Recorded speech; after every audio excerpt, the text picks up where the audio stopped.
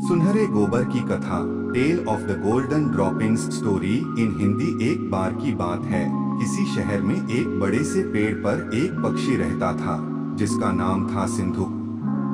सबसे चौंकाने वाली बात यह थी कि उस पक्षी का मल सोने में बदल जाता था। यह बात किसी को भी पता नहीं थी। एक बार उस पेड़ के नीचे से एक शिकारी गुजर रहा था। शिकारी उस पेड़ के नीचे आराम करने के लिए ठहरा। वो आराम कर ही रहा था कि इतने में सिंधुक पक्षी ने उसके सामने मल त्याग कर दिया। जैसे ही पक्षी का मल जमीन पर पड़ा, वो सोने में बदल गया। यह देखते ही शिकारी बहुत खुश हुआ और उसने उस पक्षी को पकड़ने के लिए जाल बिछाया। सिंधुक जाल में फंस गया और शिकारी उसे अपने घर ले आया। पिंजरे में बंद सिंधुक को देख शिकारी को चिंता सताने लगी कि अगर राजा को इस बारे में पता चला तो वो न सिर्फ सिंधुक को दरबार में पेश करने को कहेंगे बल्कि मुझे भी सजा देंगे। यह सोचकर डर के मारे शिकारी ने खुद ही सिंधुक को राज दरबार में पेश कर राजा को सारी बात बताई।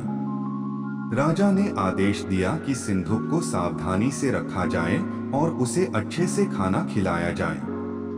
ये सब सुनने के बाद मंत्री ने राजा को कहा, आप इस बेवकूफ शिकारी की बात पर भरोसा मत कीजिए।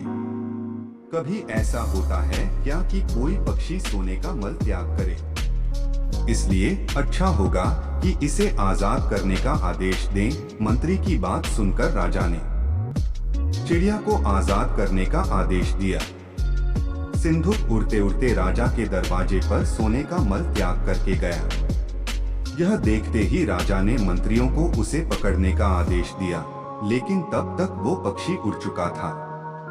उड़ते उड़ते सिंधुक कह गया, मैं बेवकूफ था जो शिकारी के सामने मल त्याग किया। शिकारी बेवकूफ था जो मुझे राजा के पास ले गया। राजा बेवकूफ था जो मंत्री की बात में आ गया। सभी बेवकूफ एक जगह ही हैं। कहानी से सीख, कभी भी दूसरे की बातों में नहीं आना चाहिए और अपने दिमाग से काम लेना चाहिए।